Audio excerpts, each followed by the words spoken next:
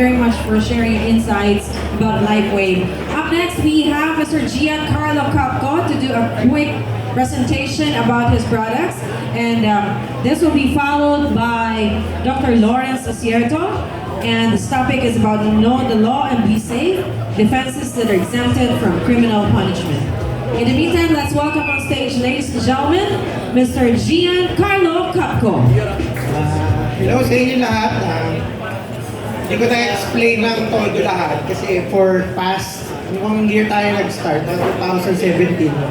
So, na-introduce ko na lahat. Ngayon, ay pakikita ko lang kung gaano kagaling ang mga Filipino scientists and inventor. So, lahat na nakikita mo dito sa harapan, tatak Pinoy gawang pateros. Lahat yan. Solar technology, power bank for the military, laser technology, thermal imaging technology, laptop with power bank, radiocom with power bank, lahat made in the Philippines, tatak Pinoy gawang pateros. So recently, nag-join kami sa technical working group kasama si Captain Jet at marami pang iba dun sa DTI para gumawa ng part ng batas kung paano tayo makakagawa ng tatak Pinoy seal for defense. So lahat ng gusto maging defense contractor, kung Pilipino ka, may chance ka ngayon mag-bid sa mga government projects. Ito yung mga example ng mga government projects na hinahanap ngayon na invention namin sa Pateros. Sa amin, punta lang kayo sa facility sa Canrigger Academy, libre namin ituturo kung paano magagawa ng sarili mong technology kung ano yun nandiyan sa harapan. Downloadable yung blueprint niyan. Makikita nyo dun sa area nito. Ayan. Pag nagpunta kayo sa website, nandiyan lahat ng blueprint ng invention. Pwede mo i-download. Pwede mong kopyahin. Walang patent para lahat ng Pilipino pwedeng gumawa ng sariling version nila. So ngayon, isa-isahin natin. Unahin natin yung for the rescue. Pag nagre-rescue ang isang tao, kailangan ng radiocom. Problema, pag humaba yung rescue mo, nalobat yung radiocom mo, wala kang charging. Gumawa kami ng power bank para sa mga rescue. Para ito na lang dalhin mo, pwede mo i-solar charge siya, masya-charge mo yung radiocom mo. May searchlight na rin yan, para hindi mo na kailangan magdala ng flashlight, tumatagal ng 10 oras yung ilaw niyan. Charging naman kahit 5-6 na times mo i-charge yung radio mo, gagana yan. Ito naman, sino familiar sa Getak na laptop, yung rugged? Mahal yon. Ngayon, gawa kami ng version for Filipino.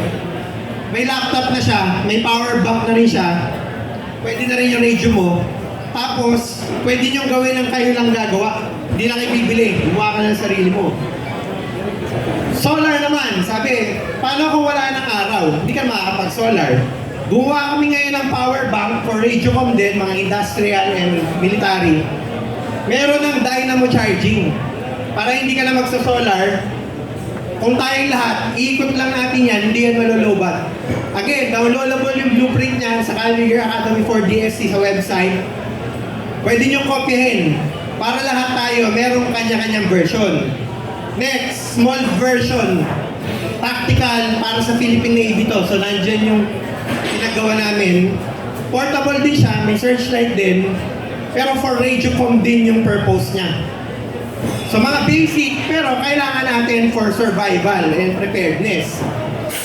Ito naman, pag nagkaroon ng gera, meron tayong part ng batas na mamimigay yung mga defense manufacturer ng baril sa mga Pilipino na lalaban sa gera. Problema, kung hindi ka trained, anong gagawin mo doon sa baril? Di pwedeng magkamali ka, pwedeng hindi mo gamitin, matakot ka. Nag-request yung mga consultant namin, PNP, Army, Navy, Air Force, mag-outsource ng laser dry firing technology. Ang problema, ang hirap bumili ng imported dahil yung parts and materials, wala tayo dito.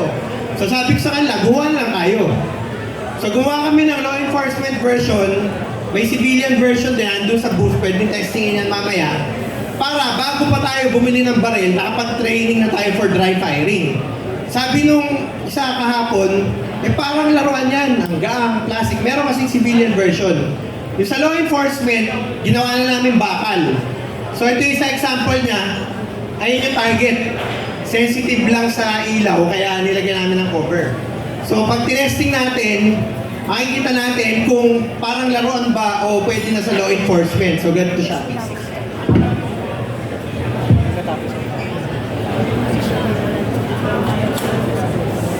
Yung napapanood yung laser targeting system sa online, mga imported, usually, ang distansya niya, 10 to 20 meters kasi may screen yan eh. May ginagamit silang screen, Android or TV. Ang lapit. Ito, pwede sa sniper kasi yung laser na ginamit, yan. Pwede sa 1 kilometer kaya maabot doon, kaya naka-scope siya. So kung sniper ang gusto mo, para ikaw yung huling pwedeng mabaril, mag-training ka ng dry firing for sniper. So, meron ba gustong tumesting? Doon sa likod, ako muna mauna. So ganito yung ano niyan. So ang mechanism niya, parang totoong baril din. Kapit ka ng magazine, may kasa siya. Scope, naka-zero dun sa target. Ayun, no?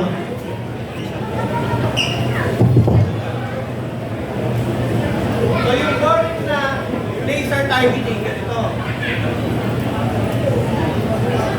Yan, yung boring, ngayon, hindi naka-on. Yung boring, walang tunog, pumipindot ka lang. Ang ginagawa, parang pag nagda-dry fire, di ba? Parang... ganyan, gano'n.